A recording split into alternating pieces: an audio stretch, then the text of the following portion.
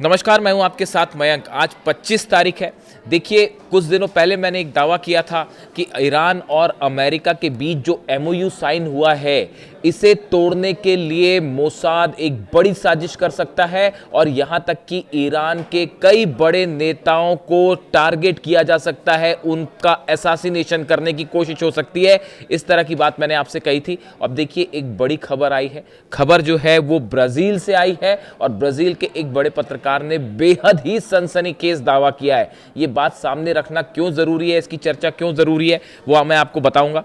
लेकिन फिलहाल देखिए, जो खबर है वो खबर ये है, ब्राजील के पत्रकार हैं पेपे एस्कोबार। ये एक जर्नलिस्ट हैं ब्राजील के। इन्होंने एक पॉडकास्ट के दौरान बहुत बड़ा दावा किया है। इनका कहना ऐसा है कि नेतन्याहू ने, मोसाद ने, इजराइल की खुफिया एजेंसी मोसाद ने नेतन्याहू के कहने पर एक साजिश रची थी, जिसमें जिनीवा में जब ईरान और अमेरिका की बातचीत हो रही थी एमओयू को लेकर, उसके पहले पाकिस्तान के जनरल आसिम मुनीर की हत्या का प्लान तैयार किया था। आसिम मुनीर को मार देना चाहता था नेतन्याहू। इस तरह का दावा इन्होंने किया है। उसके साथ ही ये भी कहा इन्होंने कि जो पाकिस्तान का पूरा डेलीगेशन इसमें शामिल था, उस पूरे डेलीगेशन की हत्या करवाना चाह रहा था नेतन्याहू और मोसाद, और इसके पीछे मकसद था कि किसी भी तरह से ईरान और अमेरिका के बीच एमओयू साइन ना हो पाए। देखिए, आप सब देख ही रहे हैं कि किस तरह से इजराइल और इजराइल के जितने नेता हैं, खासतौर पर नेतन्याहू और उनकी पार्टी से जुड़े नेता, चाहे डिफेंस मिनिस्टर हो या बाकी के मंत्री हों, कोई ये नहीं चाहता कि ईरान और अमेरिका के बीच किसी भी तरह का एमओयू साइन हो या मामला डील तक पहुंचे। इसलिए इसको रोकने की तमाम कोशिशें हुई। अब जो है, इसी दौरान ये खुलासा सामने आया है, ये दावा है। असल में ये पत्रकार है पेपे एस्कोबार, ब्राजील के।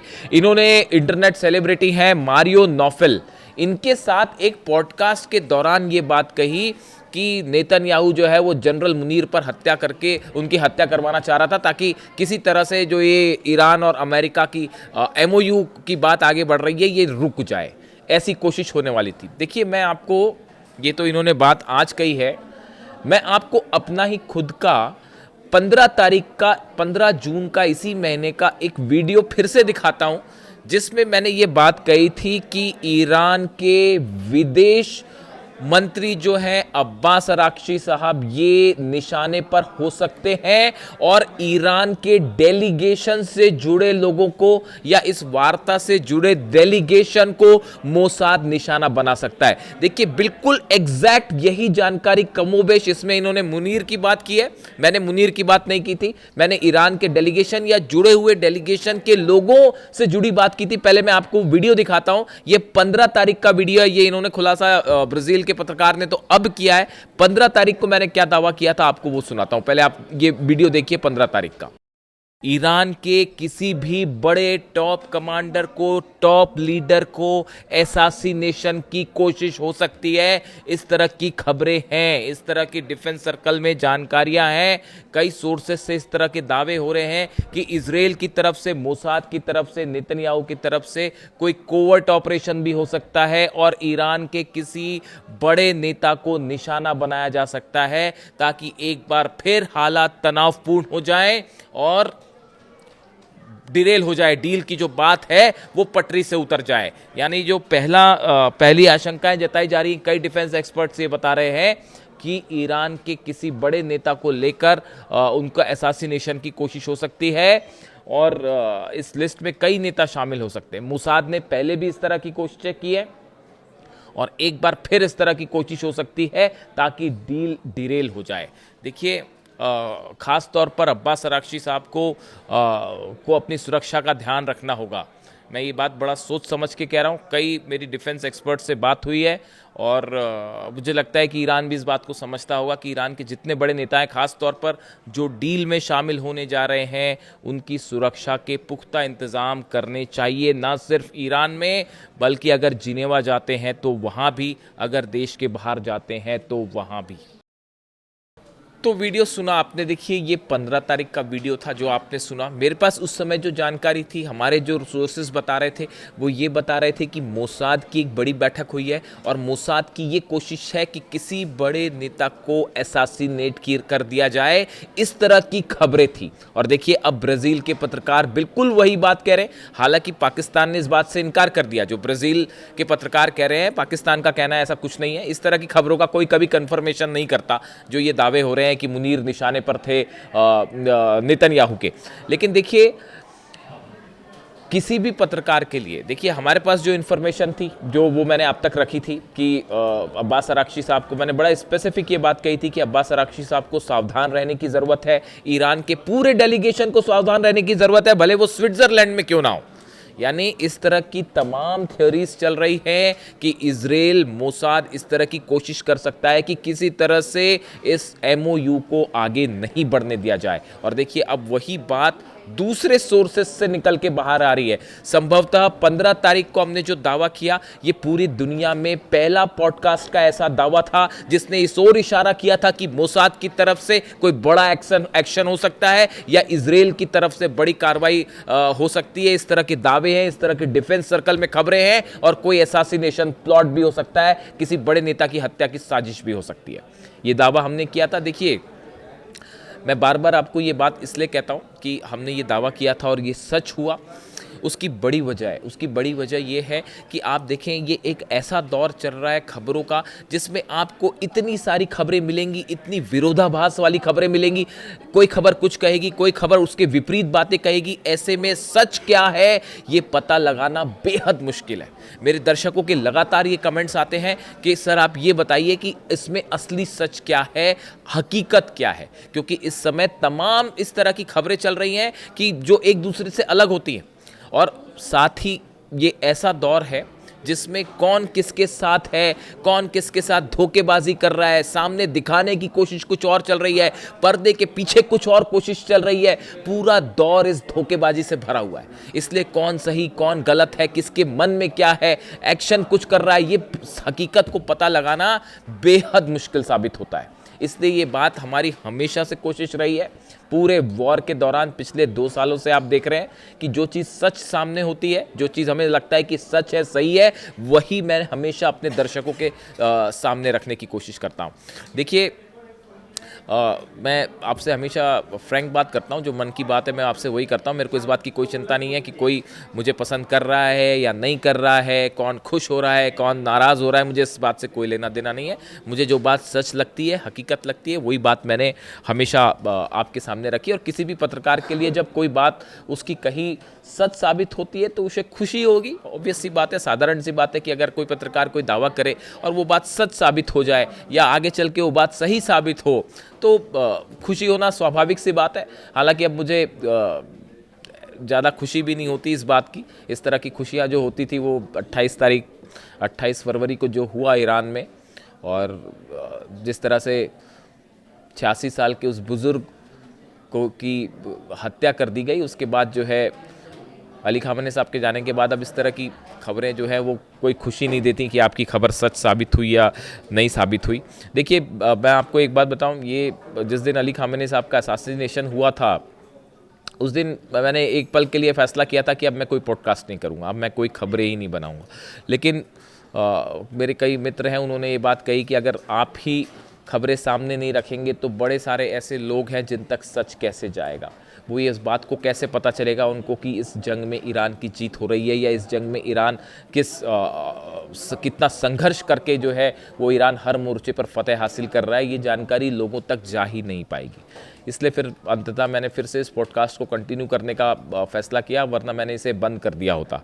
देखिए बड़े सारे दर्शक हैं जिनके कमेंट्स आते हैं, मैं सबके जवाब नहीं दे पाता, और लेकिन मैं उनके सारे कमेंट्स पढ़ता हूँ। देखिए कई कमेंट्स आते हैं। एक मेरे को अभी परसों एक कमेंट था जिसमें एक शख्स कह रहे थे कि मैं ईद के चांद की तरह आपकी वीडियो का इंतज़ार करता हूँ। इससे बड़ा किसी भी पत्रकार के लिए इससे बड़ा कॉम्प्लीमेंट और क्या हो सकता है, आप बताइए। हैदराबाद से कुछ बच्चे लिखते हैं कि आज आपका सुबह वीडियो आपने जल्दी अपलोड नहीं किया तो हम मोबाइल स्कूल लेके गए हैं ताकि स्कूल में आपका जो है हम वीडियो देख सकें। ऐसी मैं हाल ही में ईरान हाउस गया था, कुछ समय पहले की बात है, तो वहाँ पे एक कश्मीर के एक भाई साहब मिले, वो कश्मीर में सब्ज़ी बेचते हैं। वो मुझे देख के जो है वो दौड़ पड़े, आके गले मिल गए और वो बेहद भावुक थे कि हम रोज़ परिवार के साथ जो है कश्मीर से आपका वीडियो रोज़ देखते हैं। ऐसी एक भाई साहब से फ़ोन पे बात हो रही थी, वो फ़ोन पर फूट फूट कर रोने लगे और उन्होंने मुझसे कहा कि खामनेई साहब का जितना सम्मान, उनसे जितनी मोहब्बत मयंक भाई आपने की है, इतनी तो हम ना कर सके, और वो फूट फूट कर रोने लगे। तो ये मेरे जो दर्शक हैं, इनके जो ये कमेंट्स आते हैं, ये प्यार मिलता है, जो आप लोगों का जो प्यार है, यही इस पॉडकास्ट को कंटिन्यू रखे हुए है। वरना जिस दिन खामनेई साहब का असैसिनेशन हुआ था, उस दिन मैंने सोच लिया था कि आइंदा जो है वो मैं शायद पॉडकास्ट नहीं करूँगा।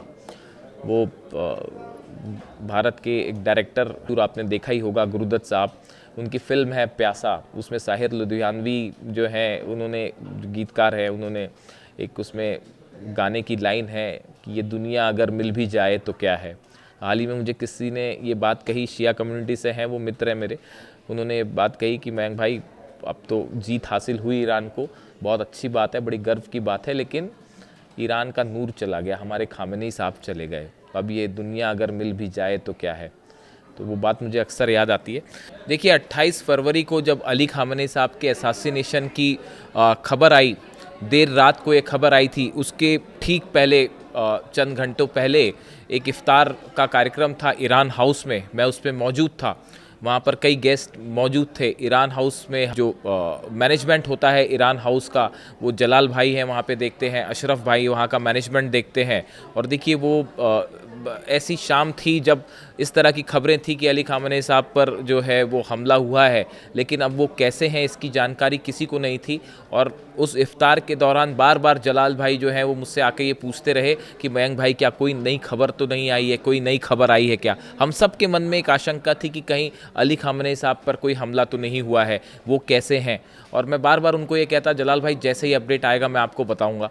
और अशरफ भाई भी हैं वहाँ पर, वो भी, उनके भी यही सवाल होते थे। उस पूरी रात को हम जागते रहे और आखिरकार सुबह सुबह जो है वो इस तरह की खबर आई कि अली खामनेई साहब अब हमारे बीच में नहीं है। शायद वो ज़िंदगी के सबसे मुश्किल घड़ी थी सबके लिए, और जो डर था वो सच साबित हुआ। खैर देखिए, इन तमाम खबरों के बीच हमने जहाँ से बात शुरू की थी, हम एक बार फिर वहीं पे वापस आएंगे।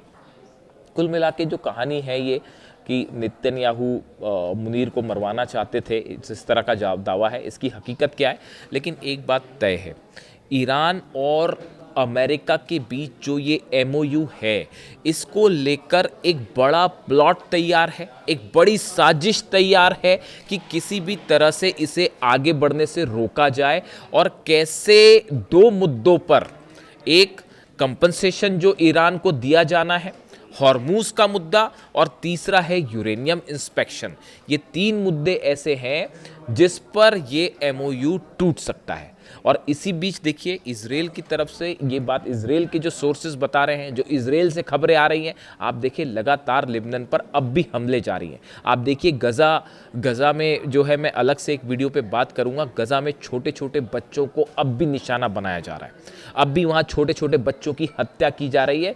देखिए एक तरफ तो कहने को वर्ल्ड कप भी चल रहा है, पूरी दुनिया वर्ल्ड कप भी देख रही है, और दूसरी तरफ जो है फिलिस्तीन के वो बच्चे हैं जो आज भी पानी के लिए, खाने के लिए जो है उनका हाल बुरा है। और देखिए कैंप्स में जहाँ पर शरणार्थी रह रहे हैं, जहाँ पर जो है फिलिस्तीनी रह रहे हैं, मासूम बच्चे हैं, माएँ हैं, उनके ऊपर अब भी फायरिंग हो रही है, फिलिस्तीन के कैंप्स पे हमले हो रहे हैं। और पूरी दुनिया जो है बड़े हैरानी की होती है कभी कभी देख के कि पूरी दुनिया समझ रही है फिलिस्तीन में क्या हो रहा है। क्या किसी को कोई शक है कि ये नरसंहार है, जेनोसाइड हो रहा है फिलिस्तीन में? लेकिन उसके बाद भी पूरी दुनिया खामोश है। जो आवाज़ उठाने वाला शख्स था वो शायद अब चला गया दुनिया से। इसीलिए मैं हमेशा कहता था कि ये पूरा जो है ना, ये पूरे मिडिल ईस्ट का जो हाल है इस समय, तमाम देश, अमेरिका हो, इजराइल हो, अरब देश हो, किसके मन में क्या चल रहा है, कौन किसके साथ खड़ा है, ये पता लगाना ही बेहद मुश्किल है।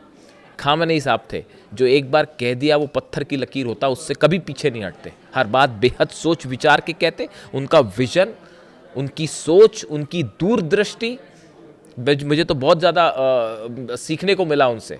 मैं एक जर्नलिस्ट हूँ, लेकिन उसके बावजूद जो है मैंने उनके तमाम वीडियोस देखे, उनको फॉलो किया। उनका जो विज़न था देखिए वो कई जगह आप उनको अप्लाई कर सकते हैं। अली खामनेई होने का मतलब सिर्फ ईरान का सुप्रीम लीडर होना नहीं है, वो आपको जीवन जीने का पूरा तरीका बताया है उन्होंने, कि आप कैसे अपने जीवन में हर उन बातों को उतार सकते हो जो शायद इमाम हुसैन ने करबला में सिखाई। कहीं भी अत्याचार हो रहा है, आप अगर उसका विरोध करते हैं तो आप खामेनेई साहब और इमाम हुसैन की विचारधारा को आगे बढ़ा रहे हैं। कहीं पे भी आपको ऐसा लगता है कि कोई आपको दबाने की कोशिश कर रहा है, आप उसके खिलाफ विद्रोह करते हैं, तब आप अली खामेनेई साहब और इमाम हुसैन की बात को लेकर आगे बढ़ते हैं।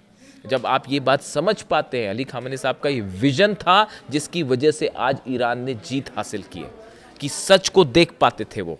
इस तमाम जो मैं आपसे अक्सर ये कहता हूँ कि कई लोग कमेंट करते हैं, मयंक भाई ये बताइए हकीकत क्या है, अलग अलग खबरें आ रही है। तो वो जो विजन देखने का है वो अली खामनेई साहब का विजन था, वो सच देख पाते थे, दूरदृष्टि थी उनकी कि कौन ईरान का दोस्त है और कौन दुश्मन, बड़े अच्छी तरह से पहचानते थे। मैंने सीखा है उनसे कि कैसे आप सच को कैसे आप पकड़ें, कैसे आप इसी बात से शायद ये एक बड़ी वजह रही, मैं आपके साथ शेयर करना चाहूँगा कि आप देखिए वॉर के समय जितनी तमाम खबरें मेरी सच साबित हुई हैं, उसमें बड़ी भूमिका इस बात की, इस विजन की है जो मैंने सीखा है उनसे। इसमें बोलने में मुझे कोई हर्ज नहीं है। तो देखिए फ़िलहाल हालात ये हैं, लिबनन पर हमले जारी हैं, फ़िलिस्तीन पर लगातार गज़ा में जो है वो हमले जारी हैं, और इस बीच एक और अहम बड़ी खबर ये है कि इज़राइल ने एक बड़ा प्लान तैयार किया है, मोसाद ने एक बड़ा प्लान तैयार किया है कि अगर इस MOU पर बात आगे बढ़ती है और वाकई ये कंपनसेशन जो पैसा मिलना है ये ईरान को, पहली बात तो मिलेगा क्या, ये अपने आप में बड़ा संदेह है। लेकिन इस पैसे को लेकर एक और बड़ी खबर आ रही है, कंफर्मेशन होगा, मैं आपको बड़ा खुलासा करूंगा कि ईरान को आखिर क्यों ये लगता है कि ये पैसा ईरान को मिलने वाला है, इसको लेकर खुलासा। लेकिन इजराइल ने एक बड़ा काउंटर प्लान तैयार कर रखा है इस MOU को तोड़ने के लिए, और उसी का ये हिस्सा हो सकता है कि किसी बड़े नेता पर असैसिनेशन अटेम्प्ट कर दिया जाए, और वो हो भी सकता है ताकि ये डील जो है वो डिरेल हो जाए। ऐसी तमाम आशंकाएं व्यक्त कर रहे हैं कई एक्सपर्ट। वीडियो कैसा लगा कमेंट करके ज़रूर बताइए। अगले वीडियो में एक और बड़ा खुलासा। Thank you so much.